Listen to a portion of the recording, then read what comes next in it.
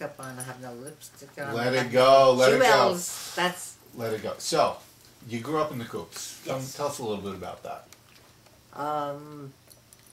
I was born in 27 when the Coops were born, and I lived there until I was 19, got married, lived there another 2 years because we couldn't find an apartment. Well, why don't you start with your actual apartment in the Coops? Okay, the apartment was a kitchen, a little foyer, a dining room, which was a living room and a dining room and a bedroom for my parents, and a bedroom for my sister and I, sleeping in one bed, my brother in another bed, and my Bubba, my father's mother, in a bed that opened and closed like this.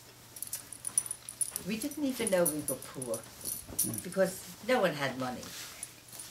You know, no one had more. You know, some people had a boarder in addition to their family, but we didn't even know that it was strange.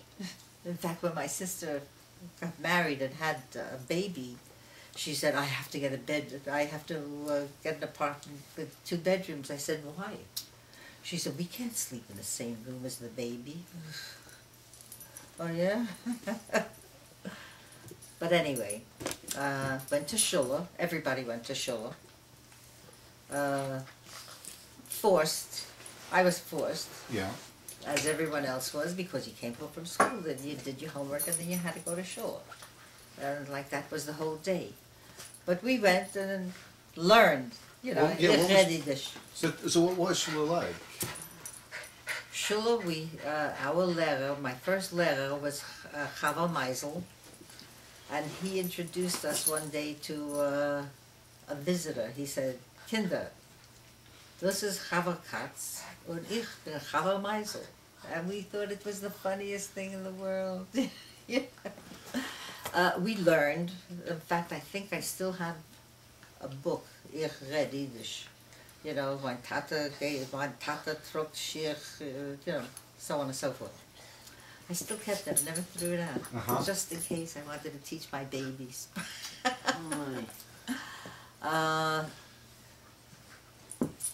Shul was, I mean, there must have been at least 20 kids in a class, and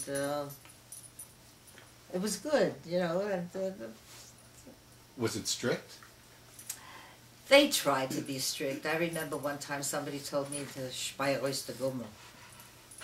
And I said, "Oh." And they said, "Speyerois de Gummer." And I said, "No. Speyerois de Gummer." I said, "If you give me a penny." They said, "Deros von Zimmer." And I said, "That's what I was waiting for in the first place." Ausgeworfen. But I went until 6th grade, I guess it was, and then I said, "I'm not going anymore." And then one of the teachers saw me and she said, "You must." And I said, "Okay." But I told my mother, "I'm going again." She said, you know, she was shocked.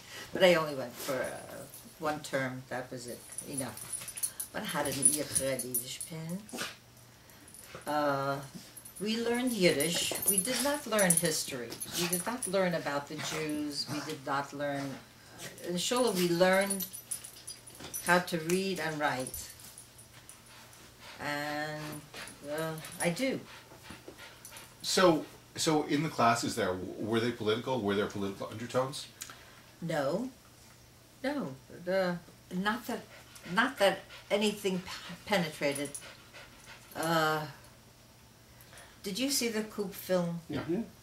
Okay, all those people were like 4 or 5 years older than us, than me and my little group. And like where somebody could join the waves, that's fine. The wax, fine. Yeah, we were kids. You know, we were like 14. Yeah, not old enough and old enough. When it was May 1st, we all marched with the Shula. You know, all out May 1st. You know, the notes that we would send, "Please excuse my daughter Florence Shogel for being absent. It was a workers' holiday."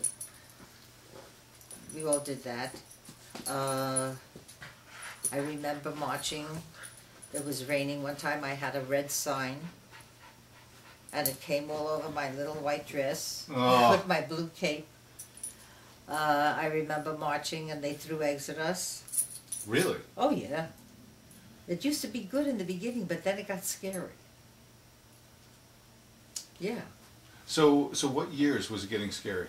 Do you remember? Well, I was still in Shula when they threw, so I don't even remember how old I was when I started. I guess I must have started at 6 or 7. So that was in the early 30s then? Yeah, Wow. and they were throwing. They threw worse than that on the bus that I was on the car that I was on when we came from Peekskill, but that's another story. My mother and father worked. My grandmother died when she was, I don't know how old she was. I was 6, so already we had a lot of space in the house. I had a key. I remember they gave me a key to come home from first grade or whatever. And they both came home early because there was hardly any work. And they hid under the dining room table, which my mother made a tablecloth that went down to the floor. And they heard me come in, and they said, I opened the door, and I walked in, and I said, who's afraid of the big bad wolf, the big bad wolf? So they, so I must have been a little scared, but they sneaked out when I went to the bathroom, so then they made a lot of noise, and they came in, and, and they said, were you afraid? I said, no, big shot.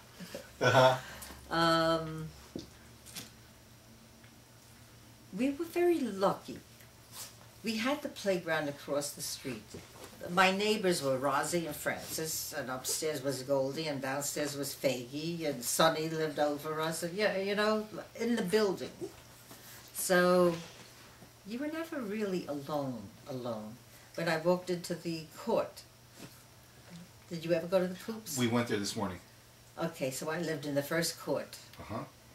So when I walked in, there was a woman that lived downstairs, and she would sit like this. I said, what did I do? She said, you made.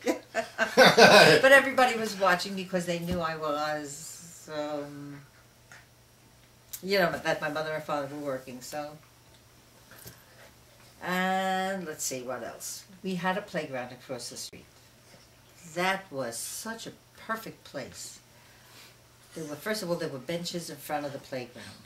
So everybody sat there from the Coops who didn't work. And people watched each other. They were aware of each other.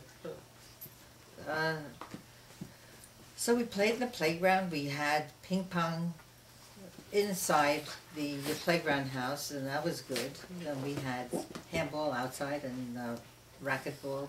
Mm-hmm. And that's what I'd done. And I've been playing tennis ever since. So that was good. There was a park. I remember my mother and father used to go to the park before it was Bronx Park East. And we would go up the hill, and all their friends were there, and they all sang. I remember there was an old man, I wish I could remember his name. He used to sing, bells, meine Städtele, bells, meine English, whatever, Jung, verbracht, And I would say, Ma, he's singing it again. But there were so many, and they all sang. Everybody, either they sang together, or my father played the mandolin. My mother had a beautiful voice that was almost, I would compare it to Dinah Shore. Low. Low. And she could say every word. You could understand every word she sang. Mm-hmm. I only know the melodies. I do not know. I wish I could remember the words. I have a book downstairs that says the words in Yiddish and in English Yiddish. Uh-huh. And I found it just the other day. It was in my father's things that I never looked at when my father died. We sent all the music and all the records and everything to The Yiddish Book Center? to what's his name? Lansky. In Boston. Yeah. But we still kept a few little things.